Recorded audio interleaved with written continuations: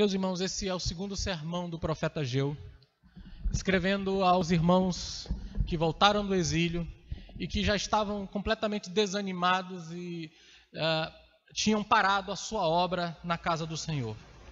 A primeira mensagem, como vocês devem lembrar, no capítulo 1, que foi no segundo ano do reinado de Dario, no sexto mês, no primeiro dia do mês, motivou o povo e apresentou o problema no coração das pessoas. A primeira mensagem foi uma mensagem direta ao coração dos homens e mulheres de demonstrar que eles haviam mudado o foco de suas vidas. Ao invés de priorizar o Senhor e a sua obra, eles priorizaram sua vida particular e pessoal. Enquanto a casa de Deus estava destruída e em ruínas, suas casas estavam bem ornamentadas, ornadas, e isso mostrava que os seus corações estavam mais em si mesmos do que no Senhor. Quando a palavra de Deus foi pregada, então o texto diz que as pessoas acolheram, porque o Senhor despertou o espírito de Zorobabel, filho de Salatiel, governador de Judá, e o espírito de Josué, e também o espírito do povo, lá no verso 12. E eles voltaram a trabalhar. O texto diz que a resposta desse povo é muito diferente do que normalmente o povo de Israel fazia quando Deus falava com eles antes do exílio. Eles não ouviam, eles não acolhiam e não respondiam. Mas agora não, eles acolheram, eles responderam, eles entenderam o que Deus tinha falado. E o povo então disse que, entendendo isso, começou a trabalhar novamente. O texto diz lá no verso 14 que eles voltaram a trabalhar no templo. E então esse era o 24º dia do sexto mês. Quando eles começaram a trabalhar, uma nova indisposição voltou às suas mentes. Agora eles estavam desanimados novamente.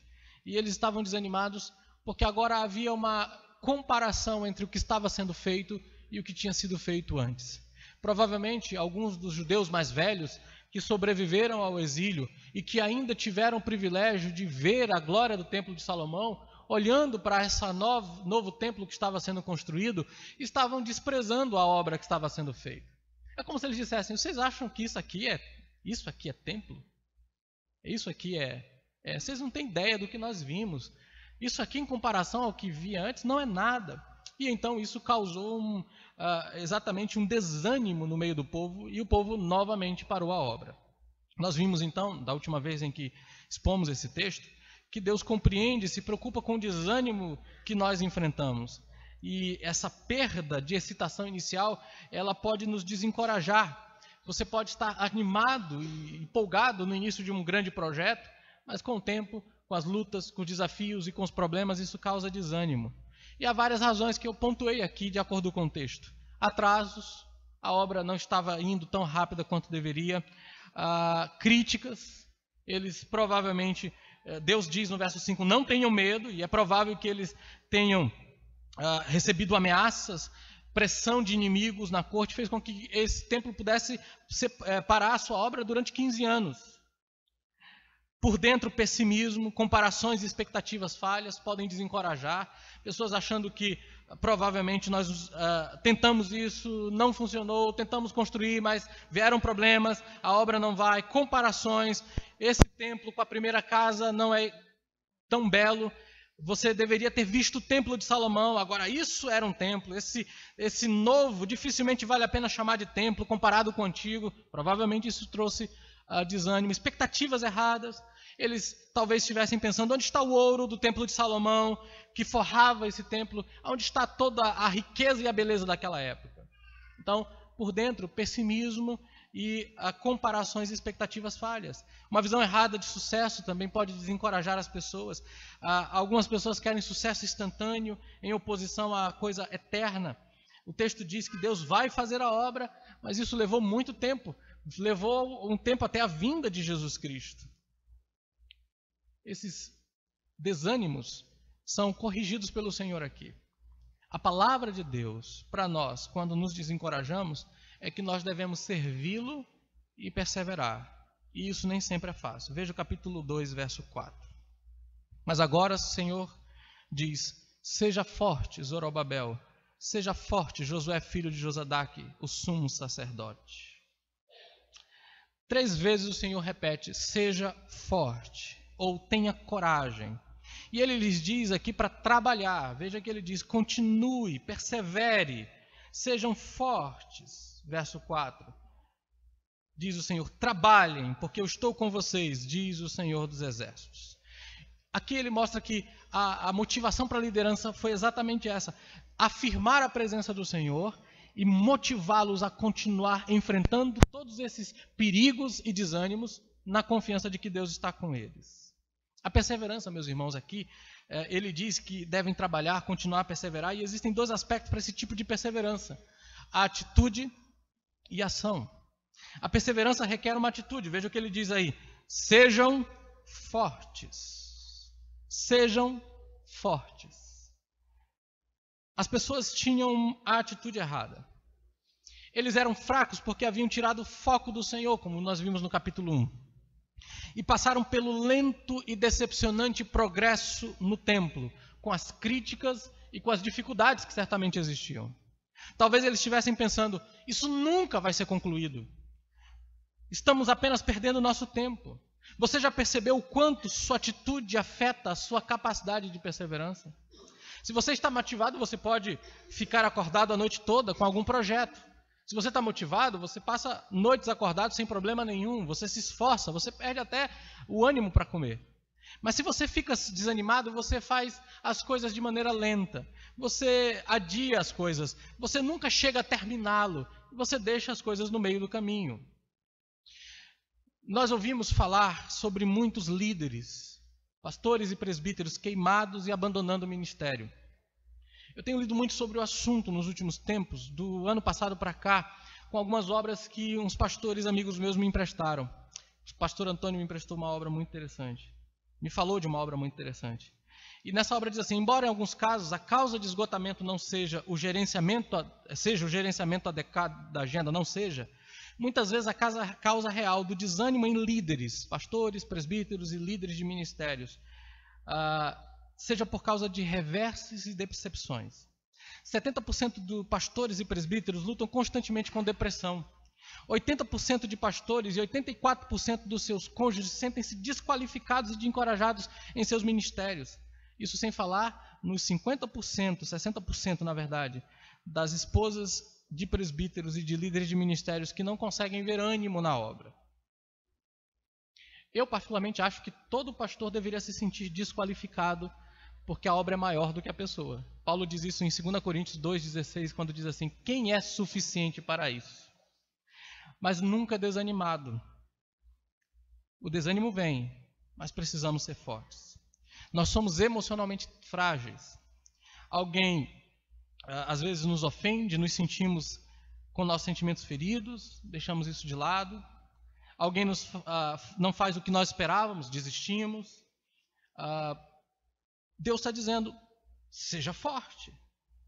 Era isso que eles estavam fazendo, sentindo o desânimo por causa de críticas e por causa da perseguição que esses homens e mulheres estavam enfrentando dos inimigos de fora de Israel. Deus diz: ser forte. Mas não devemos ser fortes em nossa própria força, é claro, mas na graça e na força de Deus. Seja forte. Aqui tem a ver com a atitude que você deve ter. Essa é a atitude que deve existir apesar dos obstáculos. A verdadeira questão não é como nós vemos a coisa, mas como Deus vê as coisas. Se não consideramos Deus na equação, nós vemos as coisas na perspectiva errada, mas quando vemos Deus da maneira correta, então nós olhamos as coisas da maneira correta. Você se lembra dos 12 espias que Deus enviou para olhar a terra de Canaã? 12 homens foram até lá. 10 deles voltaram focados nos gigantes da terra e disseram: nós somos como gafanhotos à vista deles, não podemos conquistá-los.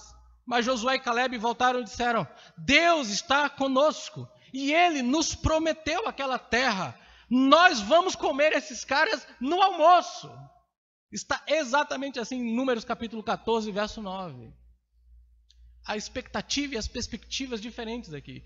10 deles olharam para os problemas e disseram: Deus nos trouxe aqui, mas esse povo é muito mais forte que a gente. E 2 deles disseram: o Senhor está conosco. Os 10 produziram desânimo em todo o povo. O texto diz: o coração do povo desfaleceu. E eles disseram: não vamos. Sejam fortes, porque o Senhor está conosco, é o que o nosso texto diz aqui. Mas ainda, a perseverança requer também ação. Ele diz, trabalhe, porque eu estou com vocês. A atitude fornece a motivação, mas a motivação sem trabalho não fará com que o templo seja construído. Josué e Caleb tinham a atitude correta de confiança no Senhor, mas eles ainda tinham que ir para a terra e lutar com os gigantes. Muito do trabalho do Senhor é muito mais esforço do que inspiração. Isso certamente é verdade, por exemplo, na preparação semanal de estudos dos professores, né, dos sermões que são pregados. Esses sermões de Ageu e de Malaquias, por exemplo, levaram pelo menos um mês para serem preparados e estão prontos há mais ou menos 2 ou 3 meses atrás. Mas é um trabalho duro para preparar. Você é professor de escola dominical, você sabe como você tem que se preparar para dar aula. Sabe como você tem que se preparar para fazer a coisa da maneira apropriada. Talvez alguém aqui seja extremamente talentoso em falar em público e em articular as palavras, mas só porque você tem a capacidade de organizar os pensamentos não quer dizer que você não tenha que pregar, estudar, dedicar-se e perseverar. Perseverar, meus irmãos, requer que sejamos fortes e que operemos e que trabalhemos. Nós desanimamos facilmente e Deus nos encoraja em nosso serviço para Ele, mostrando que Ele entende que nós estamos sentindo e se importa e que a sua palavra para nós é: sejam fortes e trabalhem. Mas como é que isso tem a ver com a gente, como igreja em geral? Uma boa parte do nosso serviço a Deus é prestado na maneira como nós nos reunimos como irmãos para orar e na maneira como nós edificamos uns aos outros, como diz a Escritura no Novo Testamento. O tempo inteiro a Bíblia fala que crentes devem aconselhar-se mutuamente. E uma das características importantes da igreja é que ela é reunida para estudar a palavra e orar e sai para proclamar o Evangelho. Essas são as duas ações normais de uma igreja. Nós estamos juntos e buscamos estar sempre juntos para orar, buscar o Senhor e ouvir a sua palavra, e para, orando juntos, estimular uns aos outros, mas depois nós saímos para tornar Cristo conhecido às pessoas. Aqui, quando nos reunimos, a palavra de Deus é prioritária. Quando nos reunimos aqui, ouvir a sua voz e responder em adoração é a atitude apropriada. Então, meus irmãos, sejam fortes e perseverem, como diz Atos capítulo 2, 42. Na doutrina, na oração, em estar juntos para a comunhão no partir do pão. É assim que nós deveríamos ser. Juntos, reunidos, buscando a Deus. Continuamente. Sabe o que é interessante? Nós somos um povo facilmente motivados por programações e eventos. Isso é típico da igreja evangélica brasileira. E de algum modo nós somos assim. Eu já falei aqui à igreja e falei inclusive à mocidade. Nos últimos anos aqui em São Luís e no Brasil, de algum modo, tem estourado e se multiplicam as chamadas conferências teológicas.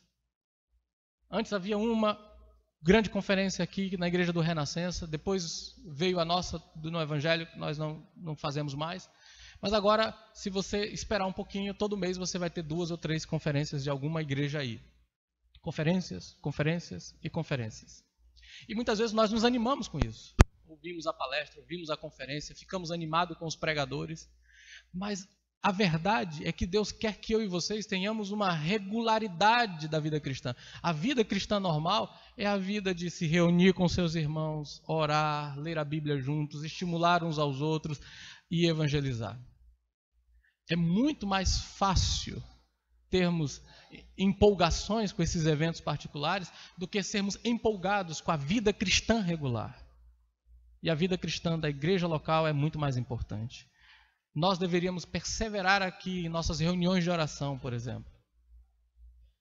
Deveríamos acordar mais cedo, num domingo como esse, estar aqui às 8h30 para orarmos.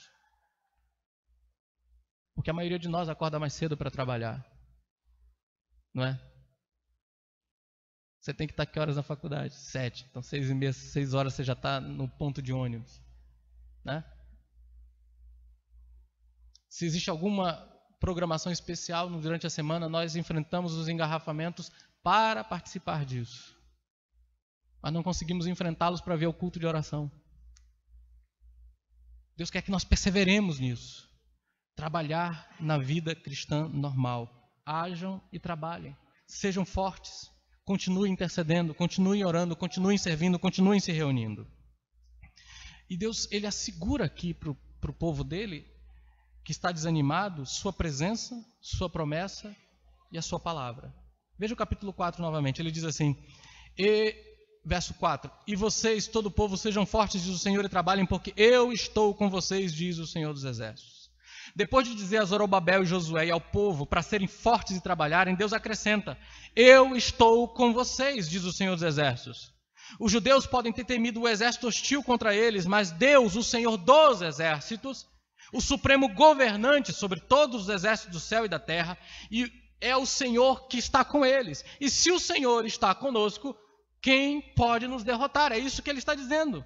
Se estamos servindo o Senhor, nada pode acontecer com a gente acidentalmente ou sem a permissão expressa de Deus. A certeza da sua presença deve levantar destruir o nosso desânimo e nos capacitar a prosseguir na obra do Senhor.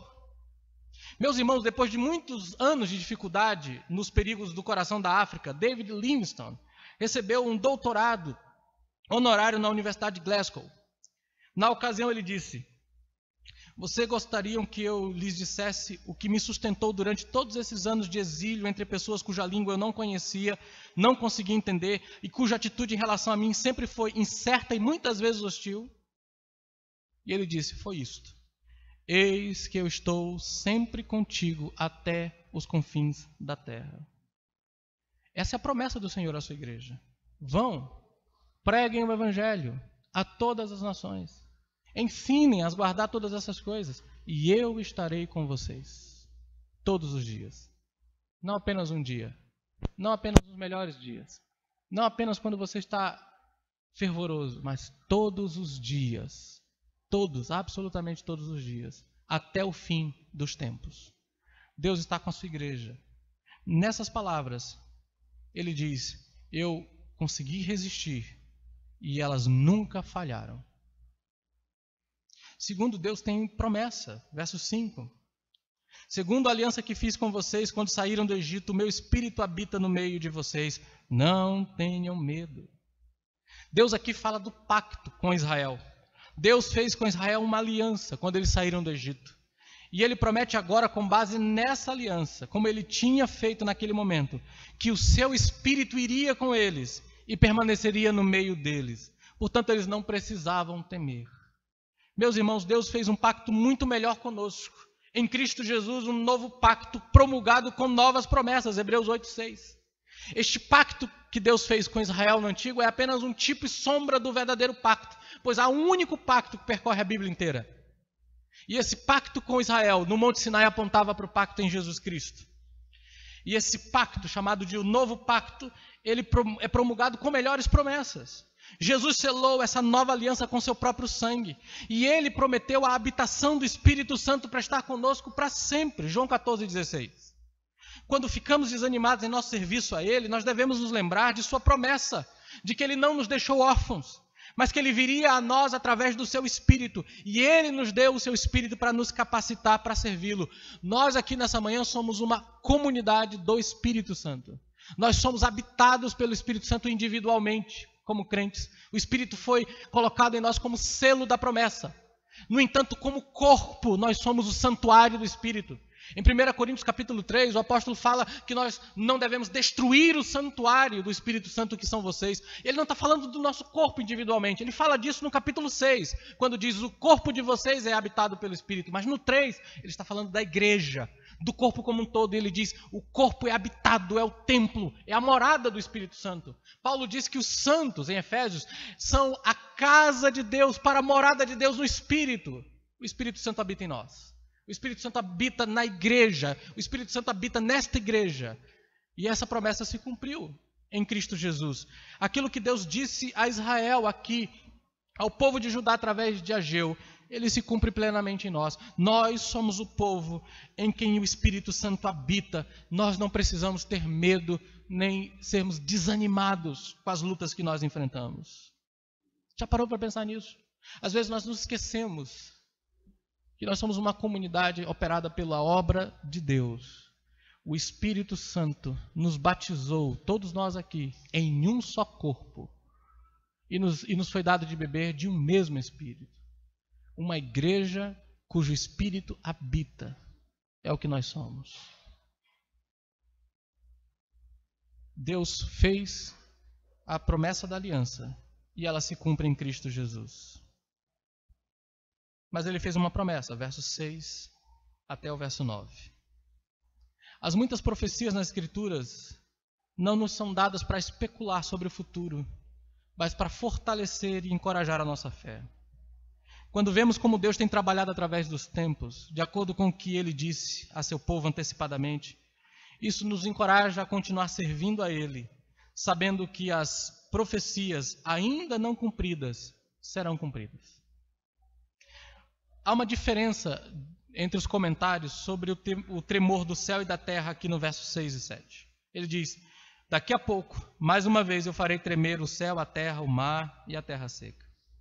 Alguns dizem que isso se refere ao fato de Deus ter incitado Dario a fornecer ajuda e materiais para essa reconstrução do templo. Eu creio que essa é uma primeira aplicação desse texto. Outros dizem que se refere a Deus trazendo julgamento futuro sobre os persas, os gregos e os romanos. Eu creio que isso também se aplica, pois toda profecia ela tem múltiplas aplicações. Houve um cumprimento inicial em Dario, depois no juízo de Deus sobre os persas, os gregos e os romanos. Mas é provável que aqui se refira tanto à primeira vinda quanto à segunda vinda de Jesus. Na segunda vinda, a Bíblia diz que Deus abalará os céus e a terra. E quando Cristo voltar, ele vai conquistar as nações. Ageu 2,6 é o único verso deste livro citado no Novo Testamento. Em Hebreus capítulo 12, verso 26 a 27, abram lá. Hebreus 12, 26 a 27.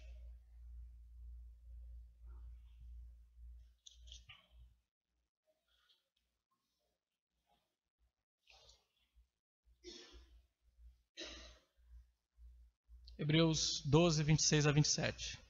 Naquele tempo, a voz dele abalou a terra, mas agora ele promete dizendo: mais uma vez eu farei tremer o céu, não só a terra, mas também o céu. Ora, as palavras mais uma vez significam a remoção dessas coisas abaladas, ou seja, das coisas criadas, para que permaneçam as coisas que não podem ser abaladas. Percebe? O autor aos Hebreus, como um bom expositor, está nos explicando o que isso aqui significa. Verso 28, por isso, recebendo nós um reino inabalável, retenhamos a graça pela qual servamos a Deus de modo agradável, com reverência e temor, pois o nosso Deus é um fogo consumidor. O autor está dizendo que isso aqui se refere ao julgamento final, quando Deus destruirá os céus e a terra, antes de estabelecer os novos céus e a nova terra. O apóstolo Pedro, na segunda carta, capítulo 2, irmãos, verso 10, capítulo 3, desculpem, verso 10 diz assim: porém o dia do Senhor vem como ladrão. Naquele dia os céus passarão com um grande estrondo, e os elementos se desfarão pelo fogo. Também a terra e as obras que nela existem desaparecerão. A mesma coisa nós encontramos em Apocalipse capítulo 20 e 21. Mas aqui em 2 Pedro ainda, nos versos 12 e 13, ele diz: esperando e apressando a vinda do dia de Deus, por causa desse dia os céus incendiados serão desfeitos e os elementos se derreterão pelo calor.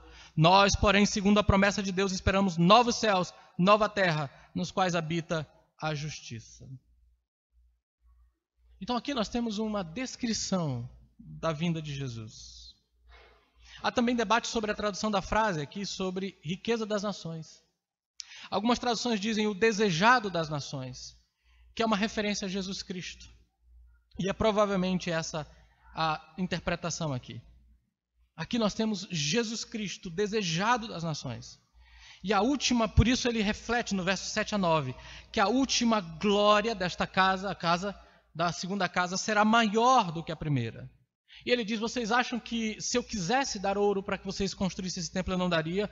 Meu é o ouro e meu é a prata. Não é isso que diz aí? Meu é todo ouro e meu é toda a prata. Verso 8. Que muita gente usa para falar de Deus como Deus que é rico e dá riqueza às pessoas. Ele está dizendo que a glória que esse templo terá não é a glória, irmãos, do ouro, da mesma beleza que havia no templo do nosso irmão Salomão, mas uma glória muito maior, a glória do nosso Senhor Jesus Cristo. Como o templo de Zorobabel poderia ser maior em glória do que o templo de Salomão? Enquanto Herodes substituiu este templo por edifícios mais gloriosos, o templo no tempo de Jesus, esse verso provavelmente se refere à primeira vinda de Cristo, naquele templo. Sua presença tornou ainda mais glorioso o templo do Senhor. Ele entrou no templo e aquele templo revestiu-se da glória do próprio Deus. É disso que a Escritura está falando. Jesus entrou no templo, por exemplo, quando ele expulsou os cambistas. E durante muito tempo pregou e ensinou ali. O povo não percebeu, mas o Rei da Glória, o Senhor Todo-Poderoso, aquele para quem o templo apontava, finalmente chegou.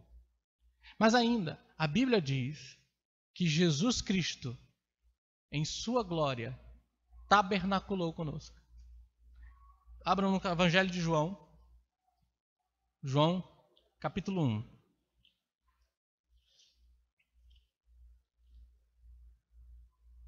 Verso 14. E o Verbo se fez carne, e vimos, e habitou entre nós, o tabernaculou, fez um tabernáculo, aponta para o tabernáculo do antigo, o templo do antigo, cheio de graça e de verdade, e vimos a sua glória, glória como do unigênito do Pai. Quando Cristo veio a esse templo, ele veio para dar a sua vida por nós e finalmente nos conceder a paz. Por isso é que o profeta Ageu diz que naquele lugar darei a paz, diz o Senhor dos Exércitos. A paz verdadeira e duradoura para este mundo, meus irmãos, e para todos os que creem virá quando Jesus Cristo voltar. Mas ele adquiriu essa paz ao morrer por nós. O Senhor promete que neste lugar ele daria paz. Mais uma vez, isso tem múltiplos cumprimentos. Em sua primeira vinda, Jesus pregou a paz, tanto a judeus quanto a gentios. Temos paz com Deus e uns com os outros quando confiamos no sangue de Jesus derramado na cruz. Mas a paz verdadeira e duradoura para este mundo e para todos ocorrerá quando Cristo voltar na segunda vez. Essas profecias só podem se cumprir em Cristo. E aqui tem uma chave para toda a luta que temos na obra do Senhor. Vocês já perceberam?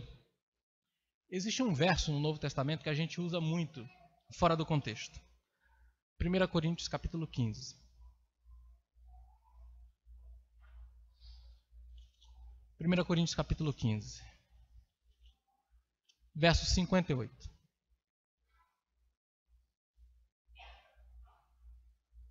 Quantos de nós já não leram esse texto e falaram esse texto para alguém?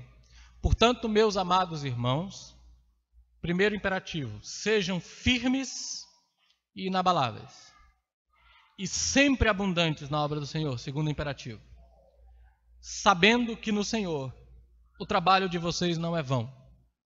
Nós usamos esse texto para estimular as pessoas, para motivar a serviço, para motivar ao trabalho. A pergunta é, qual é a base fundamental para esse estímulo aqui? Ou, perguntando de outro modo, por que o nosso trabalho não é vão? Tirado do contexto, podíamos dar várias respostas. O nosso trabalho não é vão porque certamente o que fazemos para Deus vai ter fruto, né? Quando fazemos para a glória de Deus, isso honra o nome dele. Tirado do contexto, tem todos esses possíveis significados. Mas do que Paulo está falando em 1 Coríntios 15? Ele está falando da ressurreição. Verso 51. Eis que eu vou lhes revelar um mistério. Nem todos dormiremos, mas todos seremos transformados. Ou seja, nem todo mundo vai morrer, mas todos, sem exceção, serão transformados. No momento, no abrir e fechar dos olhos, ao ressoar da última trombeta, a trombeta soará, os mortos ressuscitarão incorruptível, e nós seremos transformados. Os mortos restarão já incorruptível, e os vivos serão transformados na mesma glória. E quando este corpo corruptível se revestir da incorruptibilidade, e o que é mortal se revestir da imortalidade, então se cumprirá a palavra que está escrita. Tragada foi a morte pela vitória. Onde está a morte, a tua vitória? Onde está a morte, o teu aguilhão? O aguilhão da morte é o pecado. A força do pecado é a lei. Graças a Deus que nos dá a vitória por meio de nosso Senhor Jesus Cristo. Vitória sobre o quê? Sobre a morte. Em sua volta, nós seremos glorificados juntamente com Ele. Por isso que o verso 58 começa com portanto. Portanto, porque você vai ressuscitar em glória. Porque Cristo adquiriu a vitória sobre a morte. Porque você tem um reino inabalável na volta de Jesus Cristo. Portanto, enquanto esse dia não vem, você deve manter-se firme e inabalável, fundamentado, forte. E o modo de ser firme e inabalável é sempre abundante na obra do Senhor, sempre fazendo a obra de Deus, priorizando a obra de Cristo.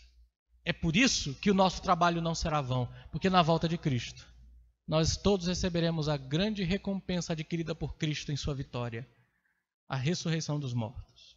É isso que faz com que o nosso trabalho não seja vão. Talvez você nunca tenha os resultados imediatos de algum trabalho que você fez aqui. Talvez seu serviço, mesmo dedicado, e só você sabe como tem sido feito, nunca seja reconhecido por seus irmãos, e talvez seja até objeto de crítica e julgamento. Não interessa. Um dia, quando Cristo voltar, todos nós receberemos a coroa da glória, a recompensa final.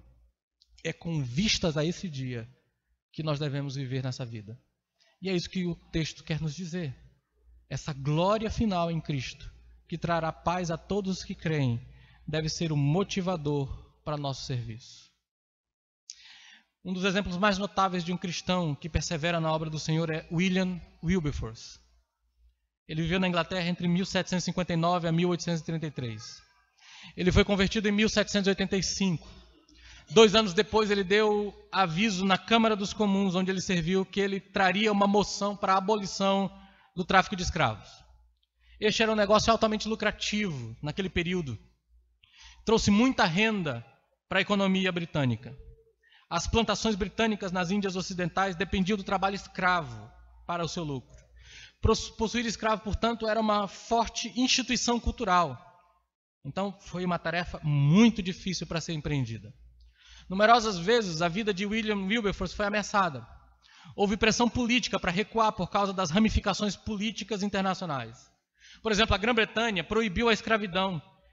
As colônias das Índias Ocidentais ameaçaram declarar independência da Grã-Bretanha e se associar aos Estados Unidos, que ainda permitia a escravidão. Mas apesar de todos os obstáculos, William Wilberforce continuou firme, perseverou. Finalmente, no dia 25 de março de 1807, após 20 anos de retrocesso, 20 longos anos de retrocesso, William Wilberforce prevaleceu quando a Câmara votou pela proibição do tráfico de escravos. Mas a batalha não tinha acabado. Ele lutou 26 anos ainda, depois dessa aprovação, até a sua morte, para abolir não apenas o tráfico de escravos, mas também a escravidão em si, no próprio país dele. A votação decisiva sobre essa questão ocorreu no dia 26 de julho de 1833, apenas 3 dias antes da morte de William Wilberforce. Após 46 anos de batalha, a escravidão foi proibida no Império Britânico. Mas William Wilberforce não era apenas um homem de um único problema. Ele também estava envolvido em vários empreendimentos missionários e em muitas causas sociais. Ele trabalhou para aliviar as duras condições de trabalho infantil. Ele trabalhou pela reforma agrária, para reformar as prisões, para a prevenção da crueldade contra os animais. E ele procurou continuamente conquistar seus colegas para a fé pessoal em Jesus Cristo. Se você quer ler sobre isso, está no livro do John Piper, Raízes da Perseverança. Esse é o ponto. Nós podemos perseverar no que quer que o Senhor nos dê para fazer para o seu reino. Apenas como resultado de edificar o templo nos dias de Ageu, isso traria maior glória a Deus. Então nossa obediência em edificar o templo espiritual, que é a casa de Deus, a igreja, vai glorificá-lo plenamente. Se você está desencorajado em seu serviço ao Senhor, Ele quer encorajar você a perseverar para a sua glória. Nós temos uma casa, não é esse prédio, é esta igreja, somos nós. continuemos a trabalhar na casa do Senhor. Oremos, irmãos. Deus bendito e precioso, cheio de graça e amor, nós adoramos o teu nome. E pedimos que o Senhor continue a falar conosco através da tua palavra. E nos use, Deus Pai, para a glória do Senhor. Nos ajuda a perseverar. Nos estimule cada vez mais a servir o teu nome. Que haja de fato confiança na tua presença, descanso nas tuas promessas, regozijo no teu pacto, sabendo que em Cristo Jesus experimentamos um novo e maravilhoso pacto. E que um dia Cristo voltará e finalmente viveremos o novo céu e nova terra que o Senhor prometeu para nós. Que o Senhor continue a nos ensinar com a tua palavra a sermos firmes e inabaláveis e sempre abundantes na obra do Senhor. Em nome de Jesus Cristo. Amém.